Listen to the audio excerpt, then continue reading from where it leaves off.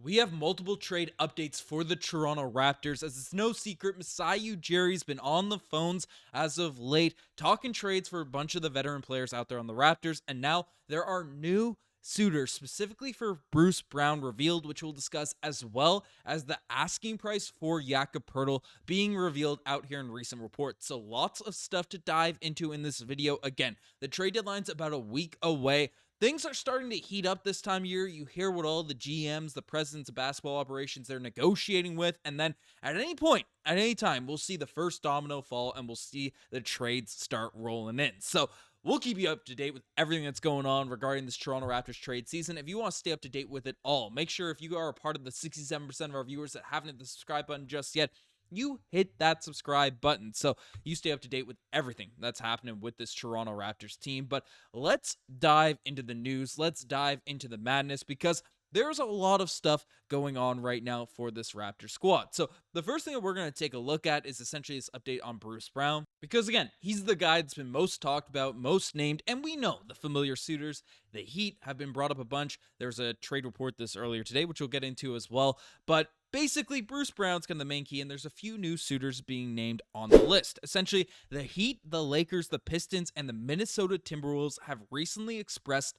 trade interest in Bruce Brown. Brown's $23 million expiring contract will make negotiations difficult, especially for teams over the apron. But Toronto is indeed generating a market for the veteran combo guard. So this is no surprise with how well Bruce Brown's been playing as of late, averaging 9.1 points per game, 4.2 rebounds, 1.6 assists, shooting 34% from the three-point line, and 53% on corner three, still only just 28 years old. Bruce Brown is looking like a beast out there for the Toronto Raptors, and it's gotten to the point where a lot of Raptors fans say, hey, I'd be comfortable with him being on this team long term, because, of course, this Raptors team does not want to be a losing team for a very, very long time. So Bruce Brown can impact winning, is a very intriguing player. But now we've heard the similar names years past, the Knicks, the Lakers and stuff, but this list that was brought up by Evan Sideri is fairly intriguing. Evan Sideri has been kind of hot with his takes. He's been on the money with a lot of his stuff as of late. So, the Heat and Lakers, it's not crazy novel. It's not that shocking. We'll talk about them a little bit as this video goes along, but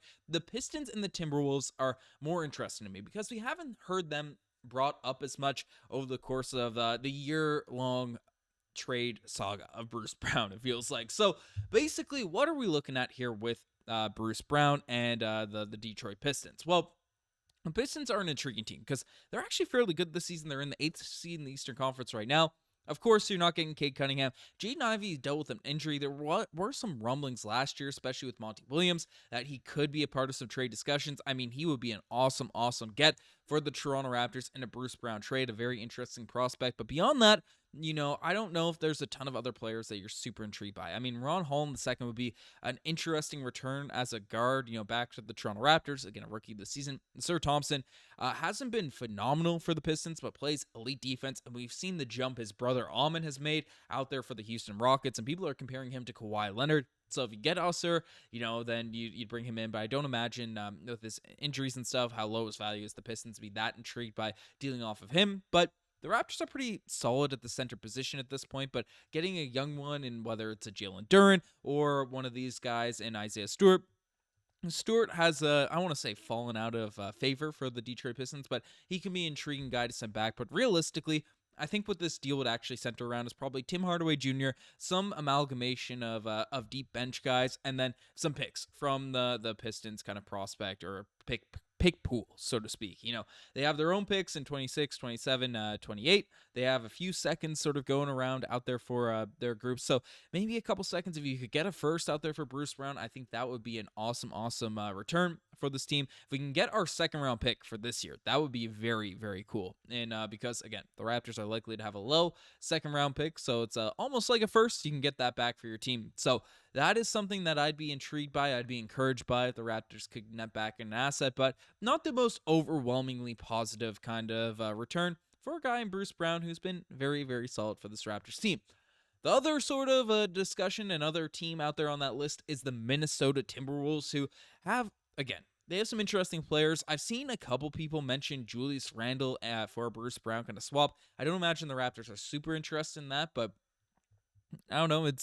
He's a good basketball player, but is expensive, free agent and stuff like that. So it's that's a guy that's out there on the list. You're not getting Naz Reid for Bruce Brown. I don't think you get Dante. Of course, you're not getting Anthony Edwards, but they do have some interesting players out there on that list. And the one that jumps off the table at me is Jaden McDaniels, because he's a guy that is, his stats a little bit down, been a little bit underwhelming for the Minnesota Timberwolves. 10 points, 11 points per game, five rebounds per night, only 34% from three, 31% on corner threes. 24 years old, you'd expect him to take a little bit more of a leap, but these aren't great stats. The reason why I'm intrigued by him specifically is because he is an elite defender. Now, we've had his brother out there on the teams on the Raptors before, very underwhelming player, but Jaden McDaniels is very much an elite defender, and he was an impact player on a deep postseason run for the Minnesota Timberwolves just last year on a winning team. So McDaniels is an intriguing piece, and the fact that he's been a little bit underwhelming, you could buy him particularly at a lull.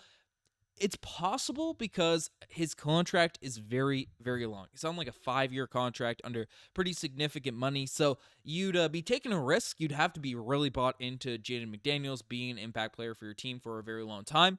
But again, depending on how Masai Ujiri evaluates him, depending on how the front office kind of values him, could be an interesting time to buy low on a guy you think could be on this team for a long period of time. So, that's an interesting piece. The Timberwolves are an interesting spot with their draft picks and things like that. They trade away a ton of them in those Rudy Gobert trades. So it's not a lot of return you could get there, but an interesting team to sort of discuss and talk about. Then, of course, you have the team that has been linked to Bruce Brown the longest, the LA Lakers. Essentially, a trade like this is you're getting off of the multiple years of Rui Hachimura. You're doing like a flexibility option. Then maybe we get, one of these young guys like Jalen Hood-Schifino, who hasn't really had an impact at all this season, get some draft picks, whatever the heck it is. So not too intrigued by that. With the Heat, I think the most likely thing, as we reported we discussed this morning, is the framework between, the Andrew Wiggins going to the Toronto Raptors and then Bruce Brown end up going to the Miami Heat.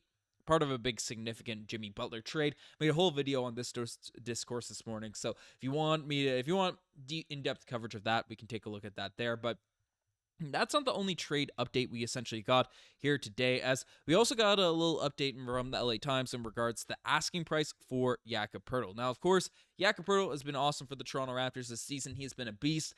Not a guy I'm super interested in trading headed to this year's trade deadline. But if we do, we'd have to be overwhelmed in regards to the trade package and in regards to what we can get. So basically what came out from the LA Times is the Toronto Raptors are rumored to be seeking more than a first-round pick for Jakob Poeltl, perhaps even 2.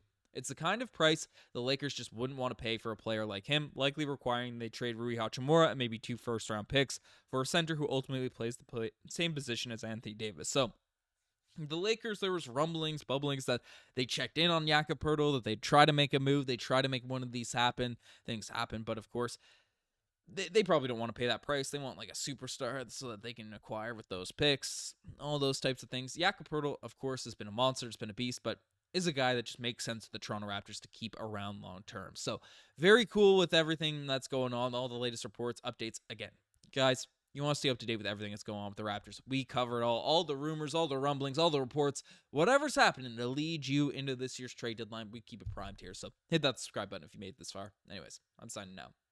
Cheers.